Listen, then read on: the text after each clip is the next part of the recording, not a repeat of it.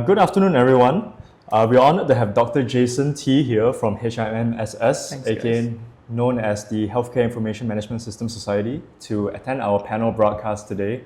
Dr. Jason actually brings together extensive clinical and technological expertise drawing from his long career as a medical doctor by profession, medical affairs leader, and a healthcare technology advisor. So glad to have you on board, Dr. Jason. Thank you so much to the both of you for the invitation. I'm glad to be here. We're glad to have you here, yeah. We're going to start off the interview with a few questions, particularly regarding your experience in this industry. We would like to get your insight and your thoughts on the industry as a whole, and based on your experience, we also like to get some best knowledge and whatnot. So I'll start off this interview with an introduction. Maybe you can briefly introduce yourself and your role in the healthcare industry. All right, sure. Thank you very much. So my name is Dr. Jason T, and I'm a medical doctor by profession. I spent the first decade of my career in general practice and in emergency medicine. Now, following that, I spent another decade in medical informatics, where in this role, as in medical informatics, I serve as a connector between IT and healthcare providers. So what it means is that I ensure that digital solutions are developed and implemented in ways that truly supports the clinical needs and improve patient care. So what I do most of the time is that I will need to translate clinical requirements into IT initiatives and to guide healthcare teams through the technology, right? So ultimately, I will help build systems that are not just functional but intuitive and impactful for everyday healthcare practice. Thank you for sharing, Dr. Jason. I would just like to start off by asking also, how long have you been involved in the digital transformation in healthcare? All right, thanks for that question. So it's been about 10 years now, and each year has brought new experiences and insights. So it began I actually began as a super user and a technical trainer for ERP implementations in the pharmaceutical sector. And then I moved into electronic medical record systems and electronic document management solutions. So for the past over a decade, I was privileged to have worked on projects in EMR implementations, business continuity planning, and disaster recovery projects planning. So over the years, I've seen healthcare transformation evolve rapidly, with technology increasingly positioned as the cornerstone to improving health outcomes. So these advancements align actually with the Institute of Healthcare Improvement, or the IHI, quintuple aims, where improving population health outcomes, improving patient experiences and safety, enhancing provider well-being, reducing costs, and addressing health access and equity. Thank you for sharing. I will be proceeding to ask you certain questions about the e-healthcare industry specifically. And I'm going to start off with asking you, based off your view, how exactly has the healthcare landscape changed as a result of digitalization? Okay, so digitalization has transformed the healthcare landscape by making it more patient-centric, right? So with the adoption of digital solutions like telemedicine, electronic health records, mobile health applications, patients can now receive care from the comfort of their homes. So these are just one of the obvious change that you can see that's happening in healthcare delivery. And what we're trying to do here, what we're trying to address as well is that with digitalization, healthcare provider can actually deliver care more effectively. So this shift has also led to improved communications and collaboration among healthcare provider teams. So Dr. Jason, how exactly would you describe digital health in your words? Okay, so digital health has a wide range of definition due to its evolving nature and scope. So even as we speak right now, it is always changing, right? So if you look at literatures, there are two ways to define this, right? First, digital health as a mean to improve healthcare delivery. Now, what it means is that digital health is defined as an ecosystem that enables healthcare provider to monitor, diagnose, and treat patients more effectively, right?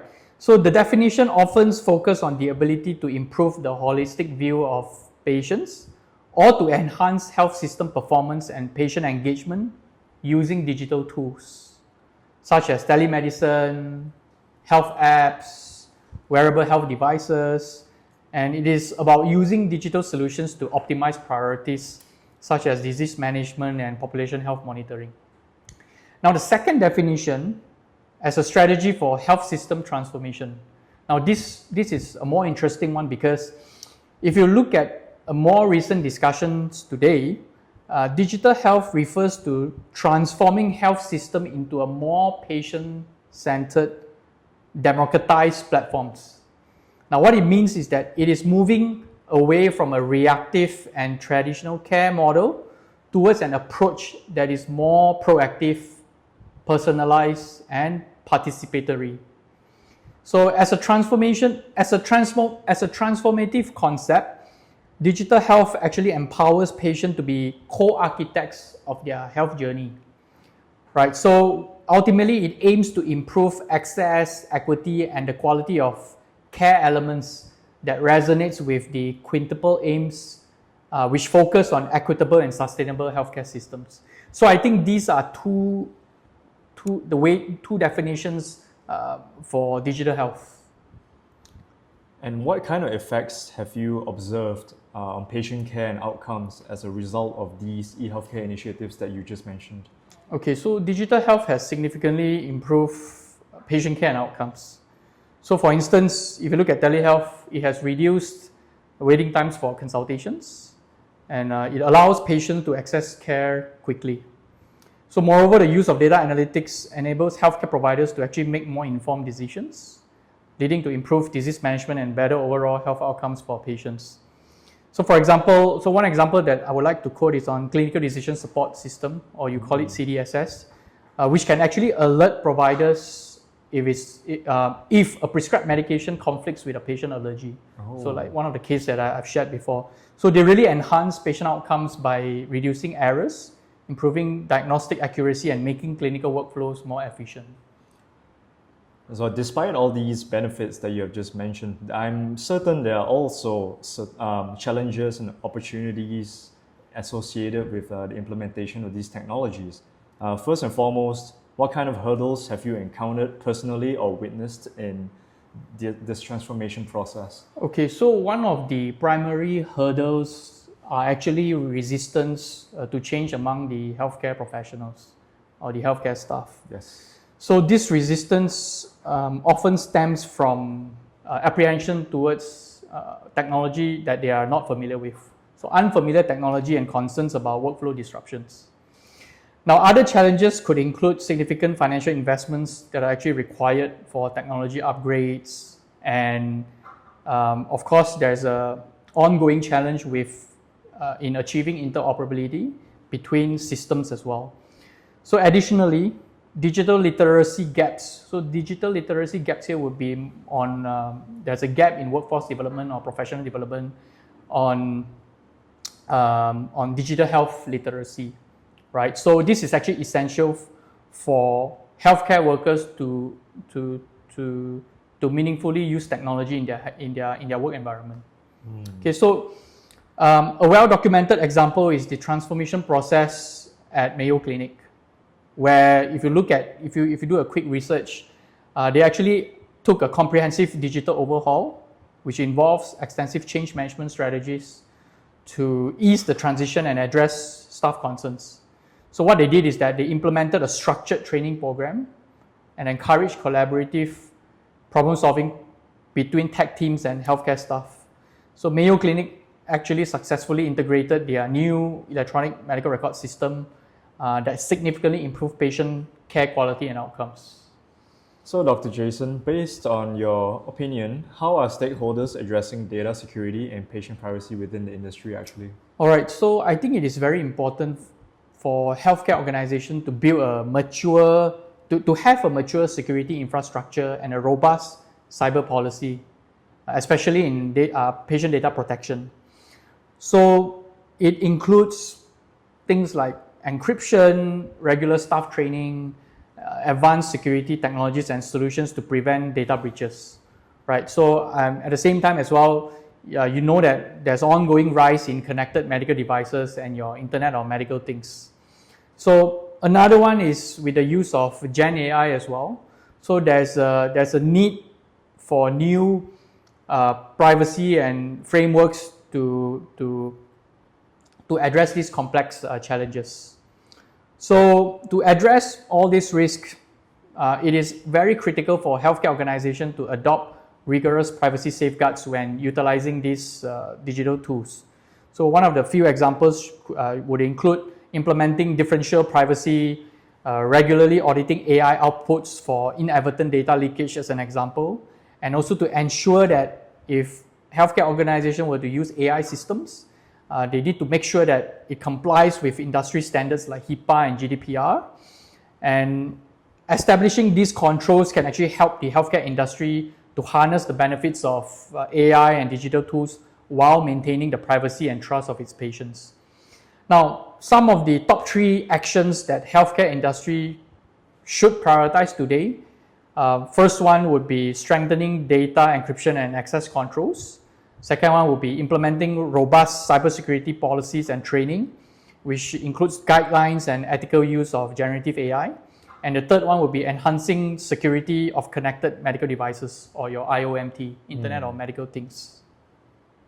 So I thought probably I just want to add on another topic as well. Even with the rise of generative AI, so there are a lot of organizations that really do not govern how their employees are using Gen AI. So I think it's ChatGPT today. It's a very meaningful and useful tool. Definitely. Anybody could just copy and paste any information into the tool. So if you look at healthcare setting, for example, it is very easy for any healthcare professionals to actually just copy and paste patient information into ChatGPT just to run a summary, right? So in fact, there is a need, and there's a real need for organization to actually make sure that they have proper policy in place to ensure ethical use of Gen AI tools in healthcare organization. And at the rate that AI is advancing at the moment, it's only a matter of time before it can get really out of hand and it can really cause some kind of damage. Correct. Yeah, exactly. What kind of observable advantages have emerged from the digitalization of healthcare services? All right, so digitization of healthcare services has brought several key advantages, including improved patient engagement through mobile health application, increased efficiency in administrative tasks, due to automation and conveniences of remote consultations. So there is a recent study that analyzes 1,000 US hospitals, highlighting that a true digital maturity goes beyond simply just implementing a digital system, right? It requires integration across all digital systems within a hospital. So the study actually underscores a powerful connection between digital maturity and patient safety. And it reveals that hospitals with advanced digital maturity show significant improved patient safety outcomes. All right, so it actually ranks the hospital from 0 to 7. So I work with HIMSS, so we have a HIMSS electronic medical record adoption model, which ranks hospital from 0 to 7 based on the integration and usage of digital tools, which emphasize not only the presence of a electronic medical record, but how effectively it actually works in harmony with other hospital information systems.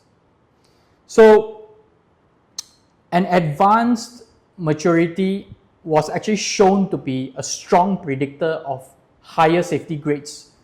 So these hospitals that are highly matured in these stages, they are 3 times more likely to receive better safety score from the leapfrog group of hospital safety grades. So which means there's actually a strong correlation between digital maturity and healthcare safety, right? So this alignment between digital maturity and safety suggests that a mature digital systems play a pivotal role in creating a robust, data-driven environment where information is accessible and mobilized for decision making. So hospitals with higher digital maturity can leverage data from interconnected systems to monitor and respond to safety risk, to promote accurate health information exchange, and to support clinicians in providing safer patient care. So are we moving on to the topic of eKYC within the e-healthcare industry? Based on your prior interaction, I am aware that you have observed and dealt with eKYC before in some way. Could you first and foremost share your experiences or observations regarding eKYC in healthcare? Sure. So eKYC, or the use of digital identities, if it's referred to the same definition, so it has become a critical tool for verifying patient identities, right? So especially as remote digital healthcare services are expanding today. So by securely verifying patient identities, it actually do help ensure that healthcare providers deliver the right care to the right individual, right? So what will happen is that it will actually help foster trust and protection between both patients and the healthcare providers. Now, I want to share a little bit on a report that was written by World Bank in 2018. They wrote a report on digital identification in healthcare, which emphasized the critical role of digital ID in advancing healthcare access, efficiency, and equity.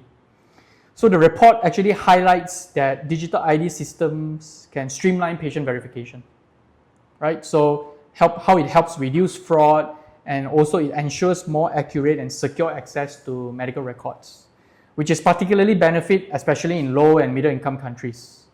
So the entire report, I would encourage, even the listeners to read it.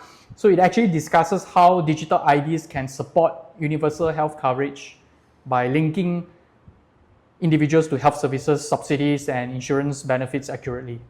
However, just to share a little bit, always comes back to the challenges and concerns, right? So the report actually do cautious about challenges such as data privacy, security, and the digital literacy that is required to implement and maintain these systems effectively.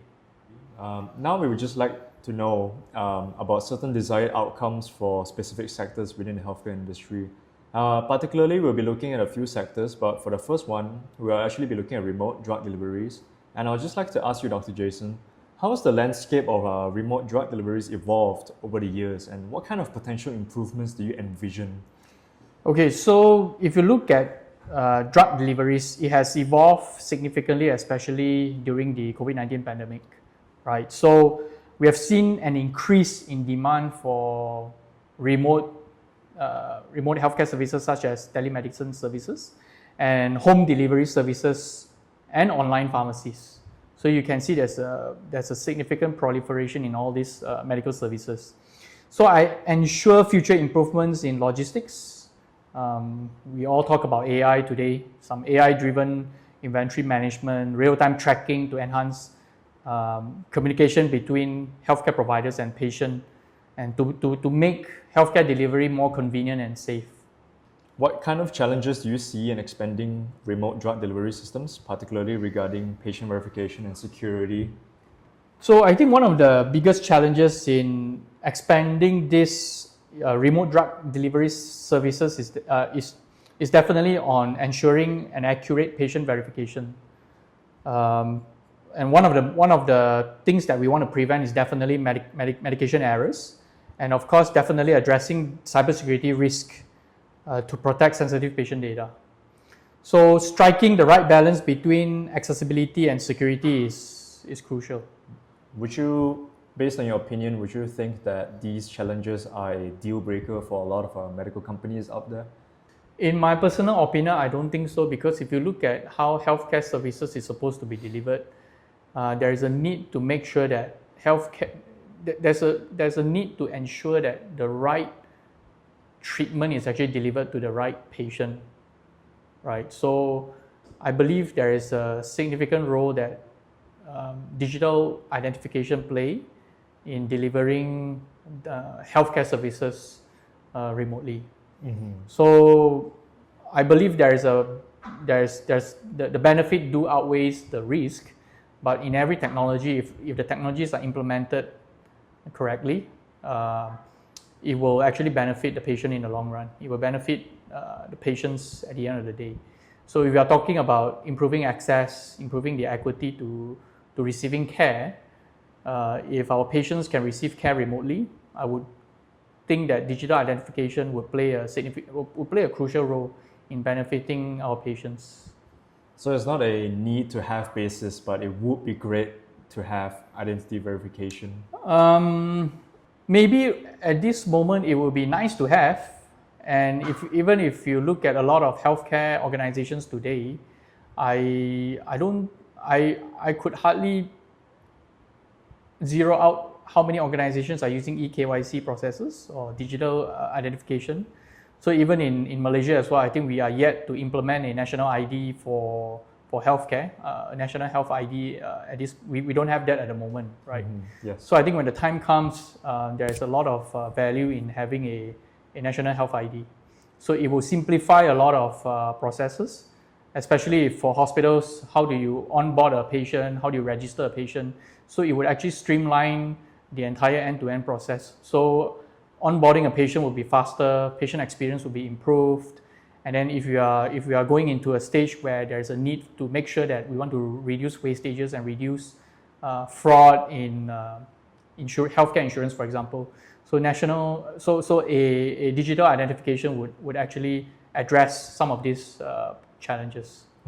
I agree, and I think moving forward, the only way for these companies to actually maximize their business processes is to implement systems such as eKYC and all these digital identity verification services. Is that correct? Yeah, I would believe so. Yeah, I think over time, I think now with AI, everyone is afraid about deepfakes. Yes. Everyone is concerned about how do we use digital twins. Everyone is concerned about whether is this legitimate, whether is this person a legitimate person that I'm talking to.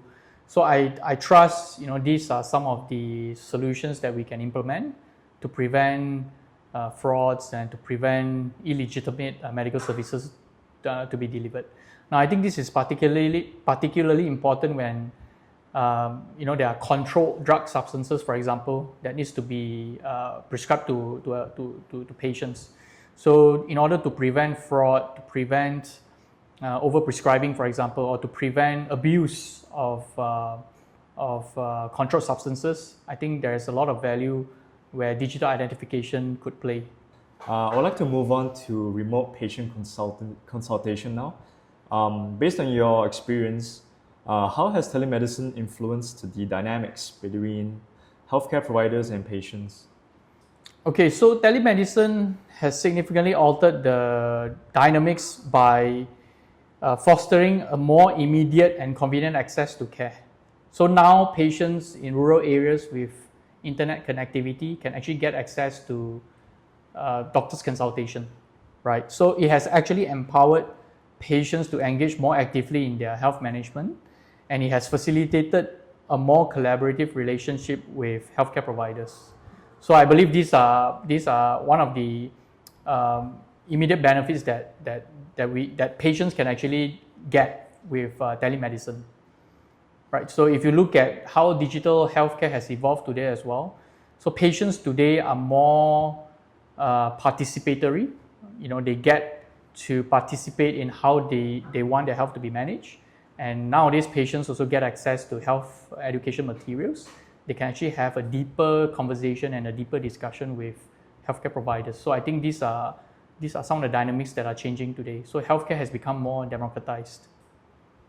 Well, based off that, in comparison to in-person consultations, as in if we were to compare virtual consultations with actually going to see a doctor, how would you see the difference in care quality, and what role do you think eKYC could play in this context in improving the virtual consultations? Okay, so I think I'll answer this in two ways. So I think let's talk about patient verification first. So if you look at patient verification, so again, of course, definitely there are concerns where the doctors are not sure whether is that a real patient sitting behind the screen, right? So I think there's a need for a digital identification to ensure that there's an actual patients there are actual patients that is sitting behind the computer screen and is receiving consultation from the doctor.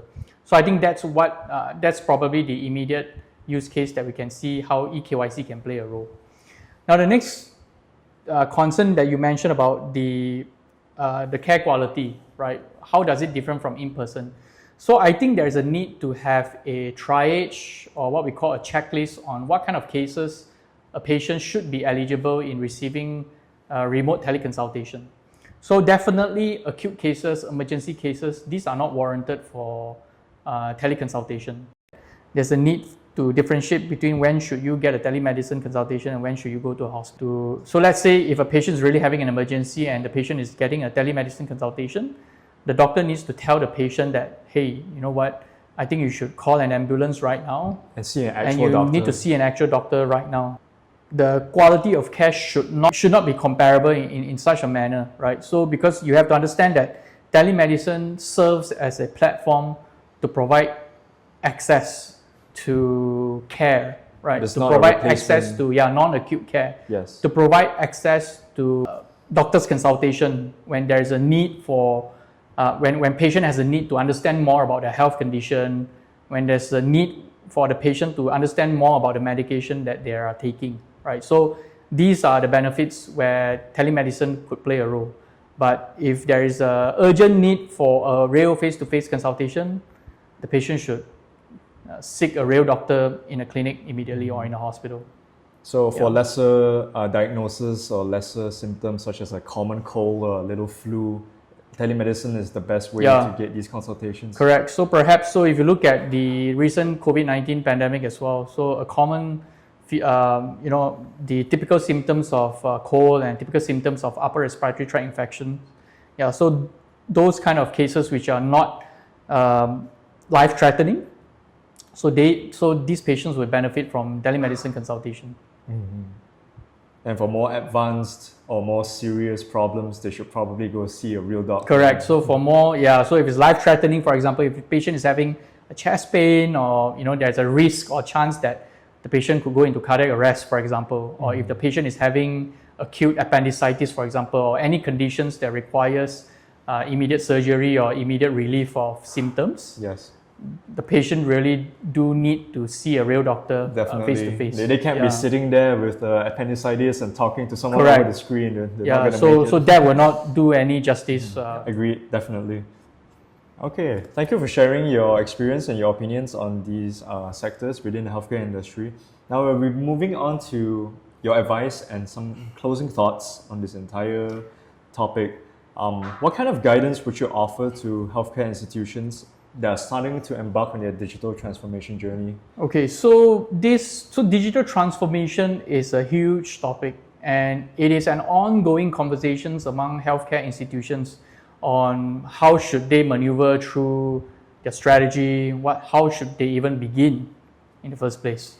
So I would advise healthcare organizations to prioritize stakeholder engagements and to ensure that healthcare staffs are adequately trained on new technologies, right? So what it means is that healthcare organization must establish a clear strategy that includes both short and long-term goals that are essential for a successful digital transformation journey, right? So there are already established and evidence-based frameworks and models that can provide valuable guidance throughout the digital transformation process, right? So now these frameworks can actually help organizations assess their current digital maturity, identify where are the areas for improvements, and help them create a structured roadmap for achieving their transformation objectives. So ultimately leading to enhanced patient care and operational efficiency. And how would you envision the role of artificial intelligence and machine learning down the line in shaping future healthcare delivery? Okay, so AI, is a trending topic today. It is. So AI, machine learning will definitely play a pivotal role in shaping the future of healthcare delivery. Right, so what will happen is that they will actually enable a more personalized medicine in predicting patient outcomes and automating routine tasks. So these technologies will actually enhance decision-making processes and to improve patient care efficiency. So what I want to address as well in this conversation that we have today is on healthcare worker burnout. So we know that it's an ongoing pressure, it's an ongoing issue. So healthcare worker with long hours, on-calls, administrative tasks, and then of course high stress environments. So all this often leads to emotional and physical exhaustion. Yes. So studies has actually shown that a doctor spends on average about 6 hours and 4,000 mouse clicks on their computers in a single shift, right? So it is challenging, definitely, and digital technologies that are implemented should augment doctors' workflows, not burden them, right? So I think both the digital technologies and AI present an opportunities to alleviate some of this pressure by streamlining doctors' workflows and to reduce time-consuming tasks. So for example, one example would be, if you use AI-powered tools, it can actually help automate administrative duties such as patient documentation, appointment scheduling, billing, which actually allows healthcare workers, or in this case, allow your doctors, nurses to actually focus more time on their patients rather than administrative tasks.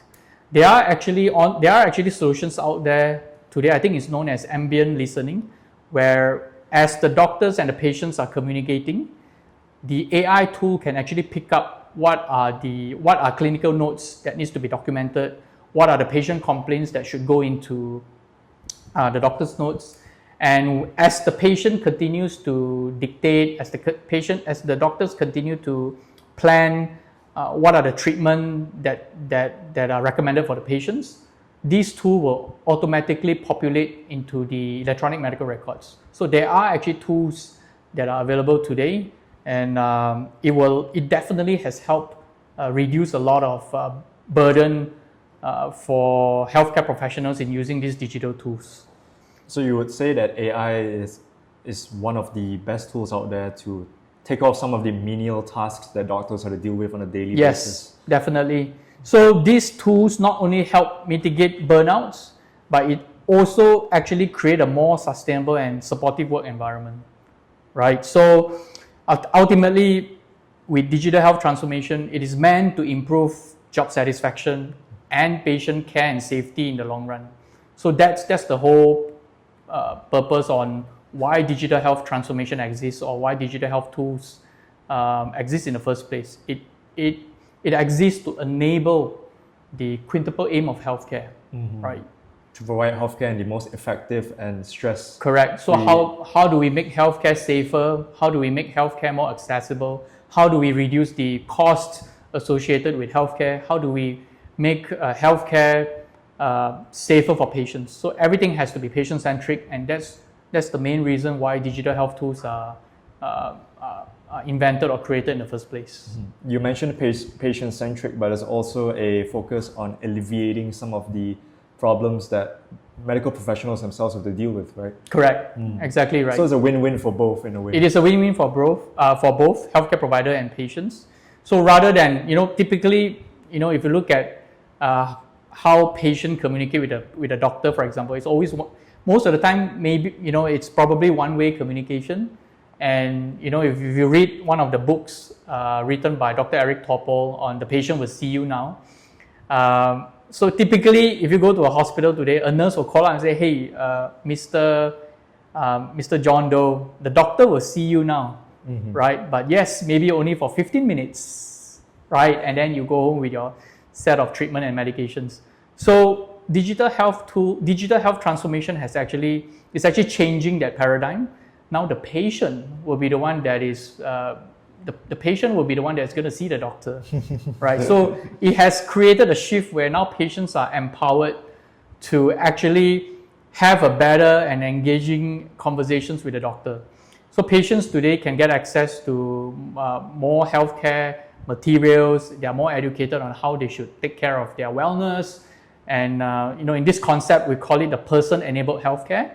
So they become more participatory, they became more engaging, and there's definitely a shift from a reactive healthcare to proactive healthcare. So ultimately, the goal is to actually prevent hospitalization. So instead of getting admitted to hospitals, instead of getting readmitted, so the ultimate goal here is to actually prevent patients from getting admitted to a hospital, right? So this will ultimately reduce reduce any wastages or high cost which is associated to healthcare. So that's the ultimate goal. So the thought process here is you are taking the power and giving it to the patients now. Correct. Because back in the day, the patients were always at the mercy of the doctor because Yeah, they don't yeah, know so what to their speak, problem yeah. is. Yeah. Yeah. They have a little cold, they thought they're gonna die or something, so they don't know what's going on. But now with all these digital tools available, the patients actually know what kind of problems they're dealing with. And of course, today now everyone is connected on the internet. There are forums. WebMD. There's patient support groups which are online today. Yes. So patients actually can actually get access to these forums and exchange rooms and potentially share about what are their health concerns, what are their experience in managing this, what are their concerns and what are their journey in managing conditions, for example. So let's take cancer patient cancer patient support group as an example. So there's a lot of concerns, right, on the journey with chemotherapy, a lot of concerns about what are the potential side effects, how a patient should go through it and all. So there's actually proven studies where a patient support group can actually help inform a patient and they are actually supported emotionally, supported morally to actually go through a chemotherapy. And there's of course an astounding outcomes and benefits for these patients. So the patients continuously get support, they're mentally prepared, and patients actually gets through chemotherapy successfully because of a patient support group. So all this has been enabled by digital technologies. And that's great because on top of the added knowledge on how to handle the situation, there's also the added sense of comfort for a lot of these patients who may be going through a really rough illness. Like as you said, cancer. Yes. It's not something light to deal with, and there's this whole support group and everything that will educate the patients to make them feel more at ease. Correct. Give them the knowledge on what to expect and whatnot, which is great. Yeah. So ultimately, it's a lot on communication. It's all about communication, support. So a lot of the time, even if when a patient receives a plan for treatment, for example, it could sound alien as well because all kinds of scientific terms like some of the chemotherapy drugs would sound bombastic. So sometimes, and we know that our doctors could be busy and they probably do not have sufficient time to explain the entire therapy as a whole. So it would be good to have patient support groups that actually helps educate and elevate their concerns and elevate their experience throughout the treatment journey. Absolutely. Okay. Is there anything else that you'd like to share about the future of e-healthcare? Okay, so I think long story short, the future of e-health or digital health is incredibly promising, right? So as technology continues to advance, we will see a lot of integration of digital health solutions, which leads to more patient-centered care models, like what I've explained earlier. So collaboration among healthcare stakeholders, healthcare providers, will be crucial in navigating these challenges to maximize the potential of digital health for better health outcomes. Now, I would highly recommend everyone to read Dr. Eric Topol's books, The Patient Will See You Now and Deep Medicine. So if you would like to delve more into AI in medicine, so Deep Medicine is a good book. So there's a quote in the book which I find it deeply profound. It says that the greatest opportunity offered by AI is not reducing errors or workloads or even curing cancer, right? It is actually the opportunity to restore the precious and time-honored connection and trust, the human touch between patients and doctors. So the question, that we must ask ourselves, to anyone who's listening today, whether you're a healthcare professional or not, how can AI make healthcare more human again? So it's deeply profound, and I would encourage everyone to read about it. And I think digital technologies, digital healthcare technologies, I think we have a promising future ahead of us. That's great. That's very great. Thank you for sharing, Dr. Jason. This will conclude our interview for today. I want to thank you so much for sharing all these insightful topics and based off your experiences, all these deeper looks into how the industry works and what kind of foreseeable benefits and challenges that a lot of these medical professionals should expect down the line. Thank you very much, Dr. Jason. Thank you very much, Simon and Alpha for the invitation. Thank you. Okay, thank you.